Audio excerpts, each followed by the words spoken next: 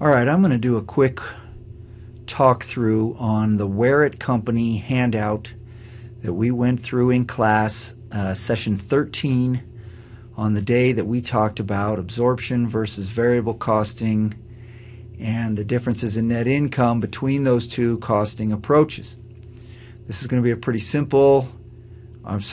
quick walkthrough, and so if there's anything that is a little fast for you, you may have to go back and listen to it again. What we are told is that WearIt Company makes t-shirts in 3 production departments: cutting, sewing, and printing. And we're given information about the beginning and ending inventory balances in units in each of those departments, with percentages of completion for each of those balances, and then the fixed overhead rate that is used in each of those 3 departments. We're also told that variable costing net income is $55,000, and we are asked to compute, just using the information given, absorption costing net income. Now we can do that because we know that fixed overhead is the lone culprit, right? The only factor that explains any difference between variable and absorption costing net income. All fixed overhead is expensed in the period in variable costing, but in absorption costing, fixed overhead can be absorbed by units in ending inventory, and you have this sort of cost shifting effect where fixed overhead incurred in the current period does not actually hit the income statement until the next period, right?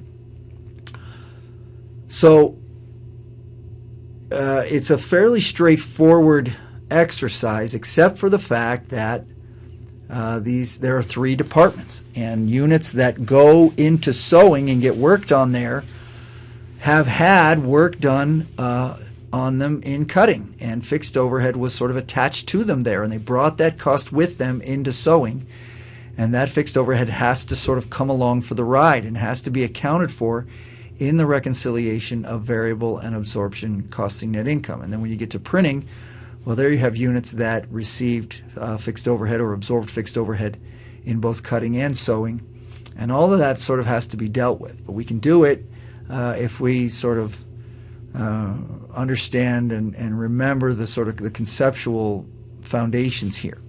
So let's start with those units in cutting and think about just how the cutting beginning and ending inventory affects absorption costing net income relative to variable, right? So this spreadsheet that I have here, this is the same spreadsheet that was used in the slide deck for that day that we walked through, but kind of helps us to understand how units in beginning inventory affect absorption costing net income, how units in ending inventory affect absorption costing net income, and then how those sort of net out against each other. So let's first start talking about these units in beginning work in process in cutting. Well, it's 1,000 units.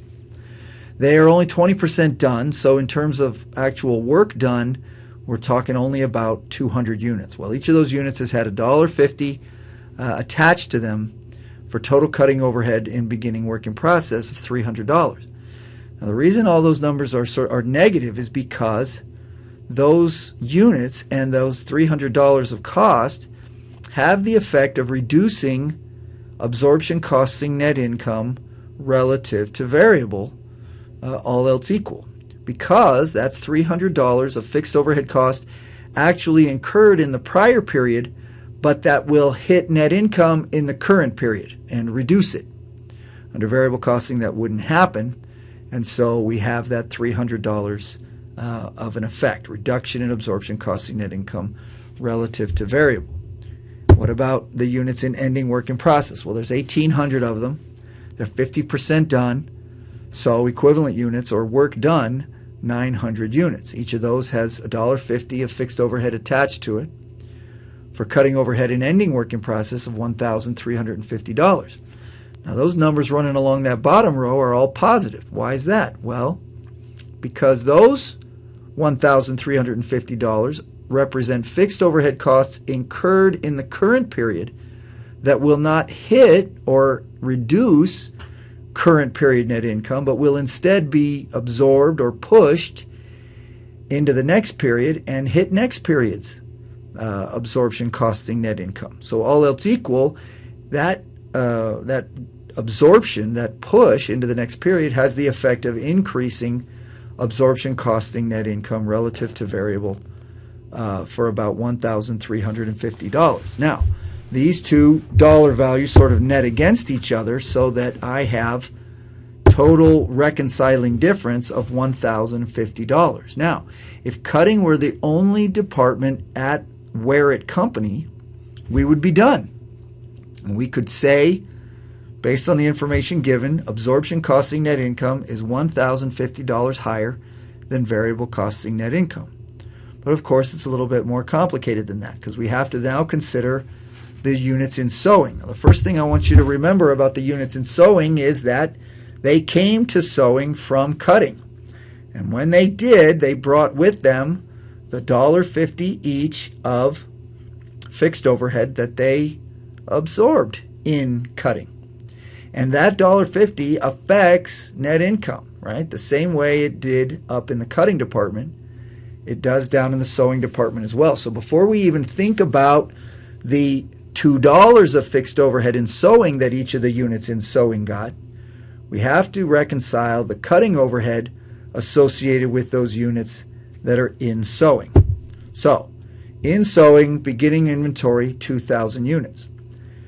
And ending inventory, 1,700 units. Now, before I think about, as I said, before I think about the sewing activity, I'm going to think about the cutting fixed overhead attached to those units. Do I have to think about how completed those units are in sewing? No. Because we're talking about the cutting overhead costs associated with those units, I know that they are 100% done with respect to the cutting activity. They wouldn't have come to sewing unless they were 100% complete with respect to cutting. So that harkens back to the transferred in cost category that we worked on when we did our module on process costing. Okay, so those 2,000 units with respect to cutting are 100% complete. So what do I need to do? Well, I just need to multiply those 2,000 units by $1.50 to get $3,000 negative, because those $3,000 represent a reduction of absorption costing net income relative to variable, right? $3,000 of previous period fixed overhead hitting and reducing current period's absorption costing net income, okay? Same thing with the 1,700 units. Multiply that by $1.50 and get $2,550.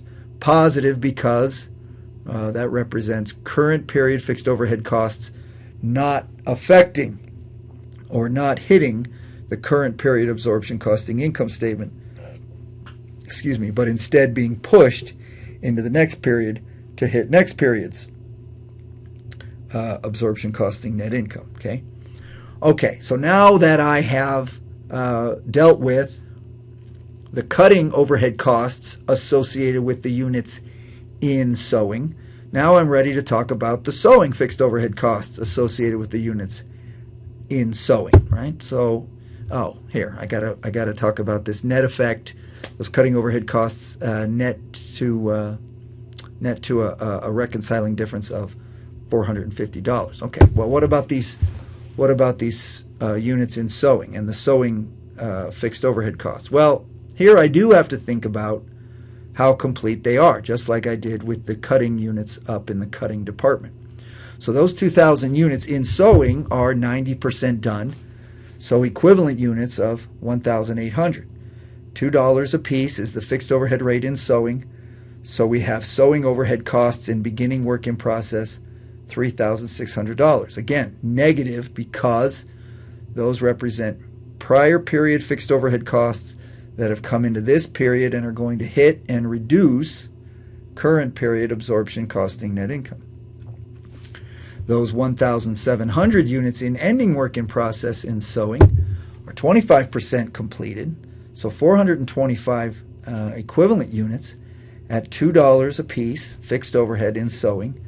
For sewing overhead in ending WIP, $850. Again, positive because that's $850 of current period fixed overhead costs that will hit next period's absorption costing net income, not this period's, effectively increasing absorption costing net income relative to variable. So those numbers net to $2,750 net reduction in absorption costing net income, and the net effect of those two overhead net numbers, right, the cutting and the sewing, is a like I say, sort of a net effect of reducing absorption costing net income relative to variable by $3,200. Whew! All right. Well, now what? Well, now we're ready to move on to printing. Printing is we're going to do the same thing with printing that we did with sewing, except that with printing we have to account for not only the fixed overhead costs that came from cutting, but also the fixed overhead costs that came from sewing. And we do both of those before considering the fixed overhead costs with the printing activity itself. Okay, so the printing department has beginning work in process 1,900 units, ending work in process 2,500 units. All those units are 100% complete with respect to the cutting activity and with respect to the sewing activity. So I don't have to think about percentage complete for considering the cutting and sewing overhead costs associated with those units, right? I just need to take, for the cutting overhead, take those 1,900 units, multiply it by the $1.50, get $2,850. The 2,500 units, again, 100% done with respect to cutting, so just multiply those by the $1.50, $3,750. So for a net effect of $900, okay?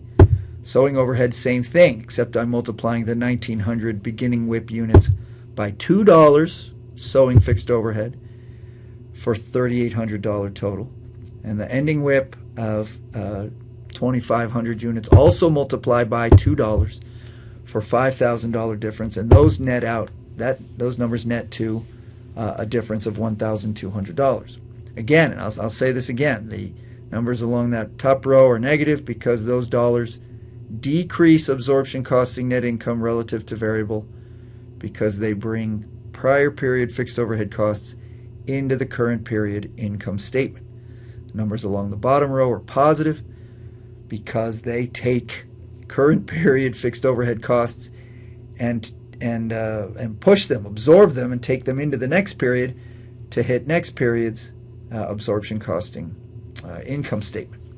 Well, now that we've adjusted or reconciled the cutting and sewing fixed overhead costs for the units in printing, let's think about the printing fixed overhead costs for the units in printing. Okay? Well, now I do again have to consider how completed they are. So those 1,900 units are 80% complete with respect to printing. So 1,520 equivalent units at $1 fixed overhead each for $1,520 of reduction of absorption costing net income. The $2,500 in ending WIP, 2,500 units in ending WIP are 30% complete, so 750 equivalent units at $1 fixed overhead each, an increase in absorption costing net income of $750. Those two numbers net to negative 770, and then I run all those three yellow cells along the bottom together, and I get a sort of a net effect in printing of $1,330. So what's the interpretation? Well, the interpretation is in the cutting department, the cutting activity alone associated and the fixed overhead costs associated with those units in that activity result in an increase in absorption costing net income of $1,050 relative to variable costing net income. In sewing, the net effect is to decrease absorption costing net income by $3,200 relative to variable costing net income. And the net effect in printing is to increase absorption costing net income relative to variable by $1,330. Now I net all three of those green cell numbers together to get the total difference and the total sort of reconciliation between variable costing net income and absorption costing net income. Now, variable net income was given as $55,000.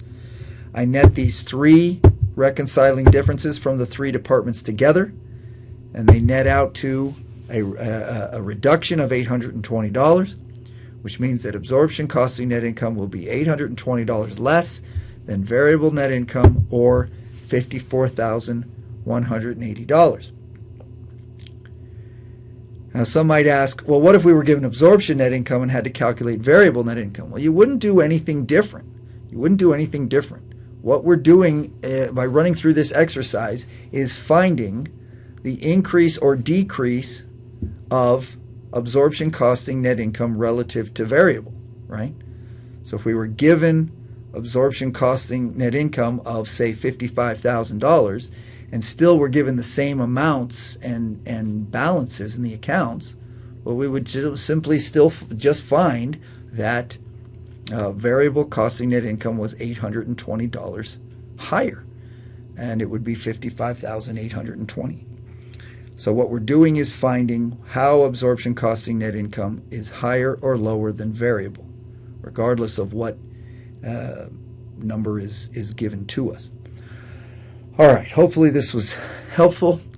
As we've said, this WearIt Company is particularly useful for reconciling absorption and variable costing net income in Dodge 5.